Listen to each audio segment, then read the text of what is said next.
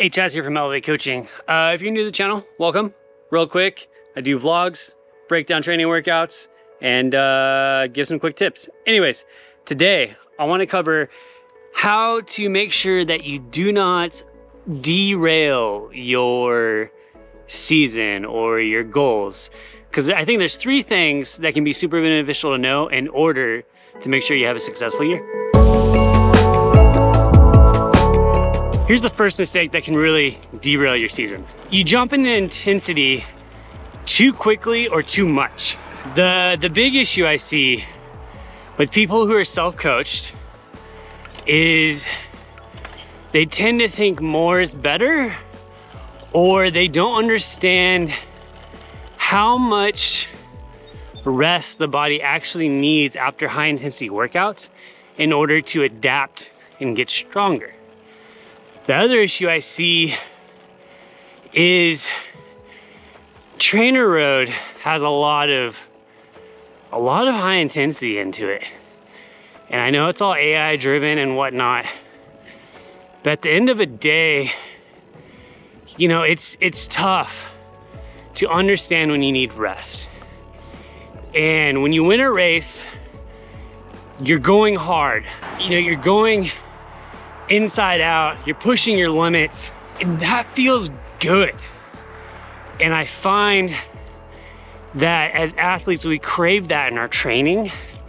And because of that, we don't allow enough rest. So when you think about high intensity training, think about it this way: less might be more. You know, it might be okay to only do 2 sessions a week. And if you're racing 2 races on the weekends, like Saturday and Sunday, or you're stacking up back-to-back races on a weekend on a Saturday, maybe you only do 1 high intensity session during the week. That way you're able to recover and adapt so that you can actually have successful racing. Second thing that can derail your season is moving on from workouts too soon. So meaning you might start at like a threshold block, but you don't do enough of those workouts to really maximize adaptation. Or you might do the opposite. You might not move on from that and might stay doing too much threshold to where it's already maximized, but you know, you're really not getting any more returns. So I find a lot of people, and as a coach, it's tough too, to make sure that when you are building the plan that you're kind of hitting on those same training stimuli in order to maximize them, while also not doing too much of it as to start creating more fatigue and not getting any more adaptations out of it. So like an example would be tempo. You can do quite a bit of tempo work.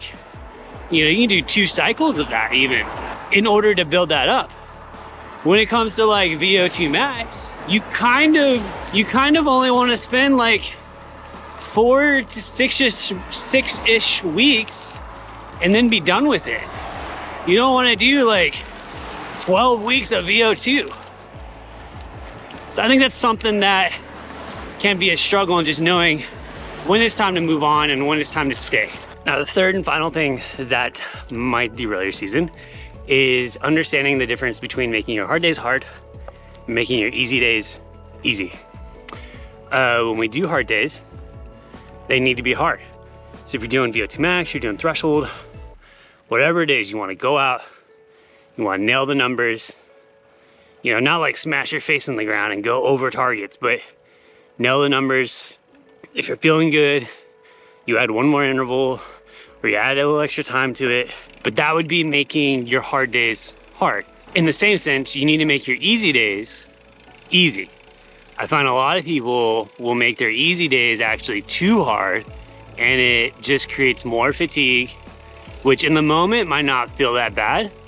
But when you get, you know, 2-3 months into racing and that chronic fatigue is now starting to catch up with you, that will affect everything. So it's making your easy days easy. An example would be, you know, you do your hard interval days and now you got a endurance ride. Don't turn the endurance ride into a tempo session. If you turn it into a tempo session, it's no longer endurance, obviously. And then you're just gonna create more unneeded, unjustified fatigue. Same thing with recovery spins. I was riding with an athlete. We went out for a recovery spin and he started dropping me. And he's like, dude, what's going on? And I was like, bro, you're riding too hard. Like, a recovery day is a recovery day. Today is a recovery day. Doing 120 watts. My heart rate is 80 beats per minute. Like, I'm just chilling. Nothing. That's making your easy day easy. And when you get this recipe right, when you do your hard days, you'll be like, oh, today's gonna be a tough one. It's gonna be hard. And then when you get to those easier days, like an endurance day, or, I mean, endurance days, I almost think of as recovery days now. Because now I know I have permission to take that and go easy and just ride, you know, that low zone 2 or mid zone 2. Because at that point, I'm just logging the time and building the mitochondria. That's pretty much it. I'm not trying to make any like threshold or anaerobic adaptations on those days, but what I am doing is I'm allowing adaptations to now happen during those days from the day prior workout.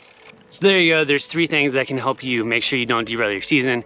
Again, the first one is make sure you don't do too much intensity. Too much intensity tends to kill you. Number 2, making sure that you don't spend too much time or too little time on a specific style of workout. That way you don't waste time over trying to maximize gains when they're not there, and also not spending enough time and not actually getting the full benefit of that workout. And the third one is making sure that your hard days are hard, that your easy days are easy. There you go. Hope you guys enjoyed it. Keep riding, training hard, and I'll see you guys on the next video.